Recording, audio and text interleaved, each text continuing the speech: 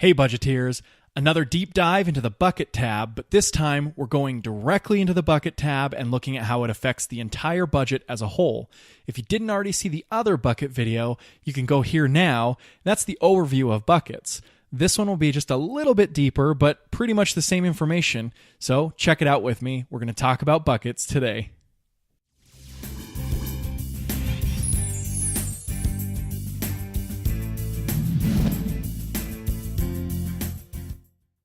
Now that we've talked about the month summary tab where you're actually putting in your plan or your budget, and when you put in the plan, it actually enters money into a bucket. And then we talked about the expense tracker tab, which when you put expenses in and put it against the category of a bucket, it takes away from the bucket. So now we're going to jump into the template and I'm going to show you both sides and how it influences your month-end budget number. In the last buckets video, we talked about how buckets are similar to cash envelopes. However, they're tracking everything on a digital level. Here we're going to talk about how the bucket accounts are actually functioning within the template so that you can use them to their fullest effect. Last time, we entered into our expense tracker this expense of $75 from the home repair budget, which was a bucket.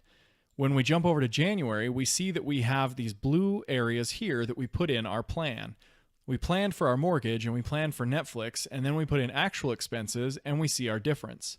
However, I put in a home repair expense of $75 and you'll see that nothing has changed on our actual budget. So if you jump to the bucket accounts tab, you will see that that's where the change is occurring.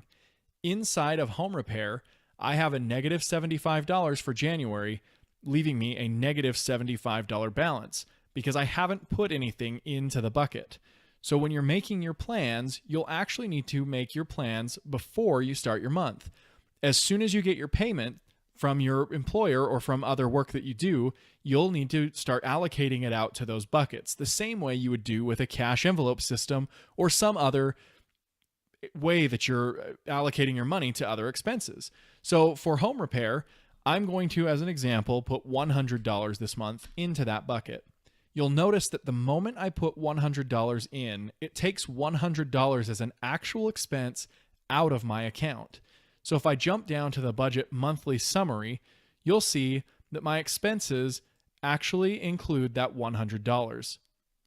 Now, at the very end, however, it says that I have $238 left over, and I started this month with $0. So how do I have $238 left over, and yet my checking account says that I should have $263? I should have $238 in my checking account, but I don't, because this number right here is actually tracking with my buckets and my monthly amount. This number is just tracking my monthly amount.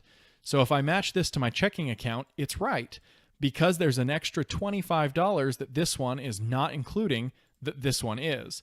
And the reason for that is that when I entered $100 into the bucket account of home repair, if I jump to my bucket accounts tab, you'll now see that my total budget for 2017 of home repair is $100. I had a $75 expense, therefore left in the bucket is $25. Jumping back to January, let's say that I make this $150. It instantly takes $150. You'll notice my gap got bigger.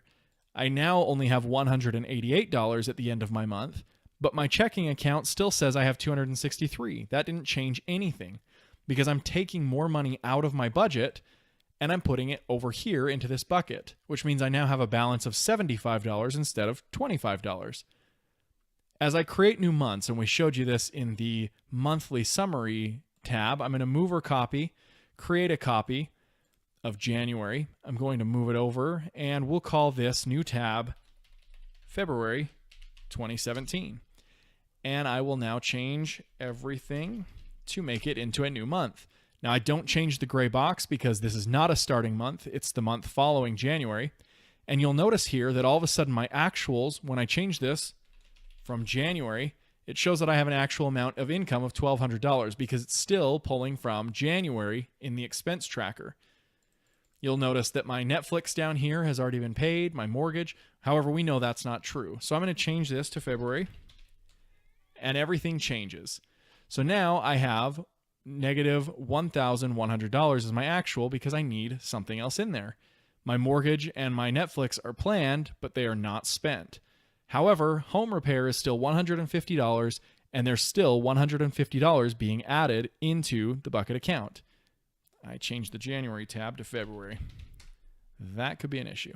So jump back to February here and change it to January. That's what gave me the circular warning. So now I've got February the same way as I was just discussing, $150 here, and in January I put $150 in.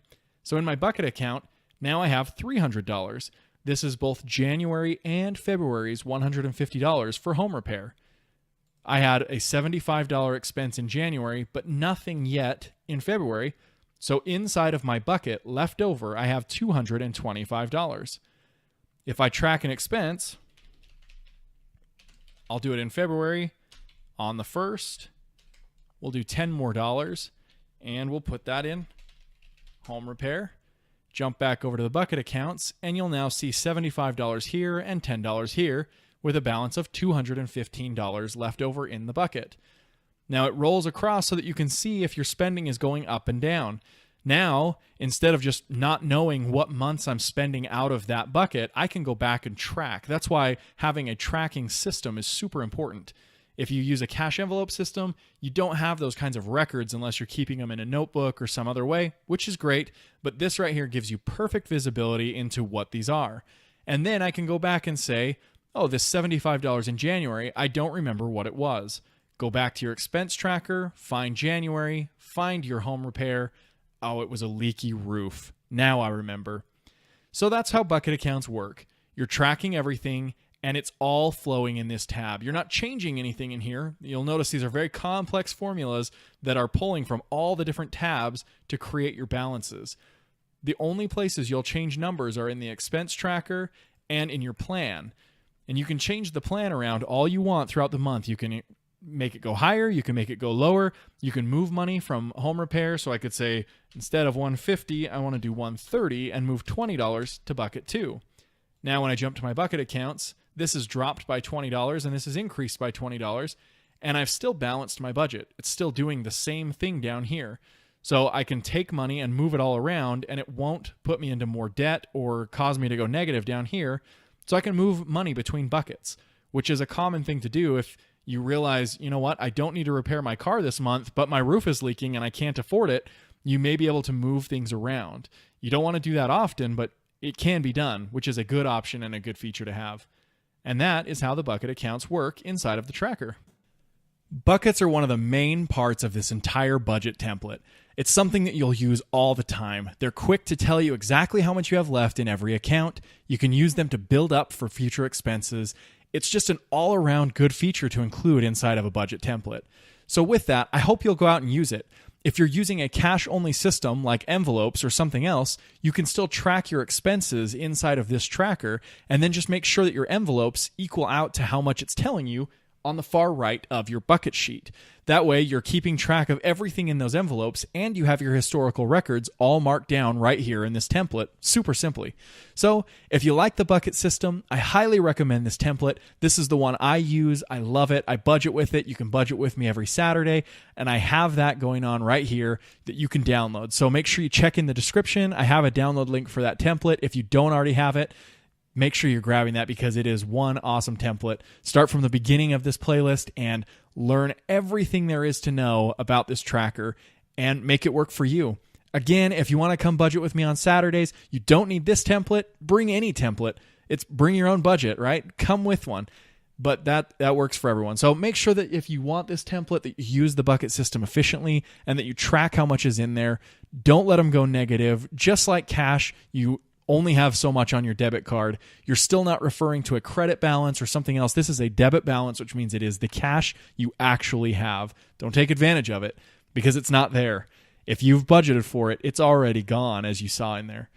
Well, I will see you next time, budgeteers. You are now ready to use this template and get moving. I'm going to have a few follow-up videos inside of this course series, but at this point, you should know the ins and outs of the template. If you have any other questions or things are confusing or don't make perfect sense, feel free to leave a comment, ask me questions, or come visit me on my website. We'll see you next time, budgeteers. Thanks for watching. I'm extremely glad to have you here. If you have any questions or comments, be sure to leave them down below. If you enjoyed this video, be sure to hit the thumbs up. For more awesome videos, make sure you are subscribed.